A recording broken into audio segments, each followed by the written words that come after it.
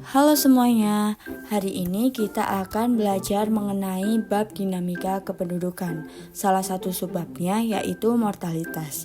Hari ini kita akan belajar mengenai apa itu mortalitas, lalu faktor-faktor yang mempengaruhi mortalitas, dan rumus mortalitas. Kita langsung saja ke apa itu mortalitas. Mortalitas adalah tingkat kematian pada populasi maupun kelompok selama periode waktu tertentu, di mana mortalitas ini penting untuk mengurangi angka dari suatu populasi. Nah, kita langsung saja ke faktor-faktor yang mempengaruhi mortalitas. Yang pertama ada promortalitas atau faktor yang mendukung adanya mortalitas, yaitu tingkat kesehatan yang rendah, penyakit menular yang merajalela, dan rendahnya kesadaran masyarakat, di mana faktor-faktor tadi itu dapat meningkatkan angka mortalitas. Lalu ada antimortalitas, yaitu faktor-faktor yang mengurangi adanya mortalitas, yaitu fasilitas kesehatan yang memadai, lingkungan yang bersih, dan tingkat kesehatan yang tinggi, sehingga angka kematiannya juga cenderung rendah. Lalu ada rumus mortalitas.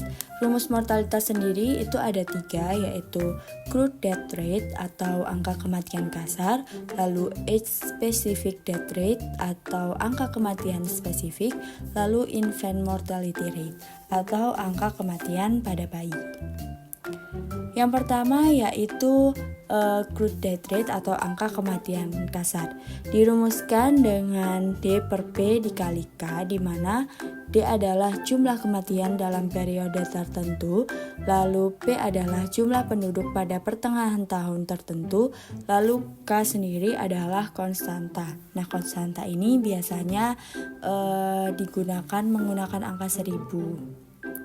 Lalu ada kategori angka kematian kasar itu sendiri, di mana lebih dari sama dengan 200 jiwa itu tergolong dalam kategori tinggi, lalu 10-20 jiwa itu tergolong dalam kategori sedang, lalu dikurang dari 10 jiwa itu tergolong rendah. Nah, ini ada contoh soal dari crude death rate tadi. Pada tahun 2015, jumlah penduduk di suatu wilayah adalah 500.000 jiwa. Setelah setahun berlalu, diketahui terdapat kematian sejumlah 1.000 orang. Berapakah angka kematian kasarnya? Dari soal ini kita bisa mengidentifikasi. Yang pertama yaitu jumlah kematian dalam periode tahun tertentu. Tertuliskan di sini ada 1.000 orang yang mengalami kematian dalam waktu setahun. Lalu ada jumlah penduduk pada pertengahan tahun tertentu, yaitu 500 jiwa. Lalu kita masukkan yang diketahui tadi ke dalam rumus crude death rate, yaitu D per P dikali K. Untuk K sendiri tadi sudah diketahui kalau 1.000 ya, jadinya 1.000 dibagi 500.000 dikali 1.000 dan hasilnya adalah 2. Jadi angka kematian di wilayah ini pada tahun 2015 adalah sebesar 2. Hal ini berarti bahwa pada tahun 2015 di daerah ini terdapat 2 kematian dari setiap 1.000 penduduk. Sudah paham semuanya ya pastinya. Kita lanjut ke age specific death rate, yaitu angka kematian spesifik. Untuk age specific death rate ini itu dirumuskan dengan dx per px dikali k. Nah, ini ada notasinya untuk membedakan dengan rumus yang sebelumnya ya teman-teman.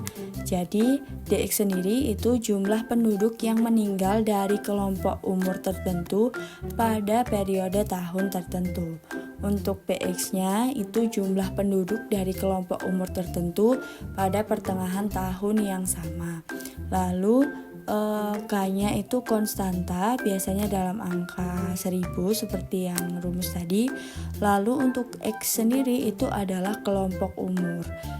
entah itu dari 15 sampai 17 tahun atau 20 sampai 27 tahun dan seterusnya. Jadi rumusnya itu sama teman-teman, kayak yang tadi sebelumnya yaitu crude death rate. Cuman untuk di yang specific death rate ini dia lebih spesifik ke umur tertentu gitu. Oke, ini ada contoh soal dari age specific death rate, yaitu pada tahun 2016 jumlah penduduk berusia 15-19 tahun di suatu kecamatan berjumlah sekitar 80.000 jiwa. Pada tahun yang sama, ada 800 orang dari kelompok umur tersebut meninggal. Berapakah besar ASDR kecamatan tersebut? Kita analisis dulu seperti yang tadi. Diketahuinya yaitu DX atau jumlah kematiannya yaitu 800 orang. Lalu ada PX-nya itu jumlah penduduknya yaitu 80.000 jiwa.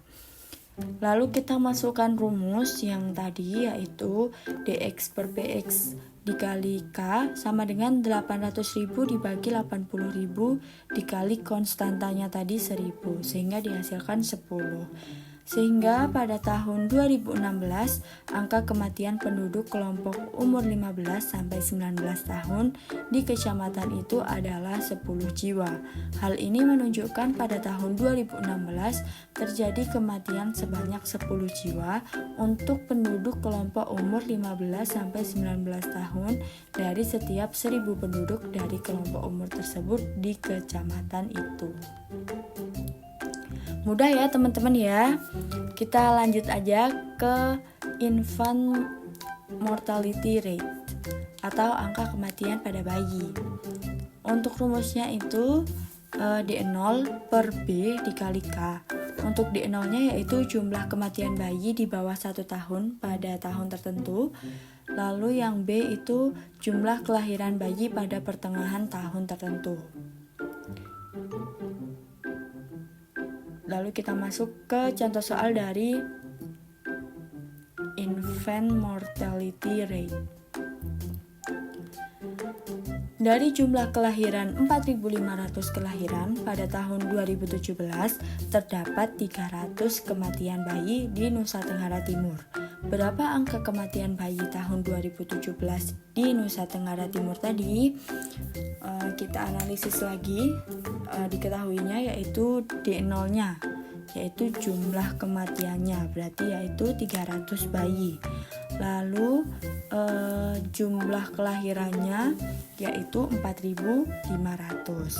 Sehingga kita masukkan ke rumusnya yaitu D0 per B dikali K, konstantanya tetap 1.000, yaitu 300 dibagi 4.500 dikali 1.000 dan dihasilkan 66 bayi.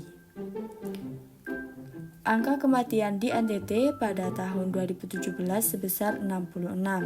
Hal ini berarti bahwa pada tahun 2017 di NTT terdapat 66 kematian setiap 1.000 kelahiran bayi. Itu tadi contoh soal dari ketiga rumus mortality ya teman-teman. Selanjutnya sebagai tugas ini ada latihan 3, yaitu menghitung angka mortalitas. Kalian bisa mengerjakannya di rumah, bisa berdiskusi sama teman-temannya, atau mau mencoba sendiri itu silahkan. Kalian bisa menerapkan rumus-rumus yang tadi sudah Ibu jelaskan. Mungkin sekian dari Ibu. Terima kasih sudah menonton. Semoga ilmunya bermanfaat. Terima kasih semuanya. Dadah.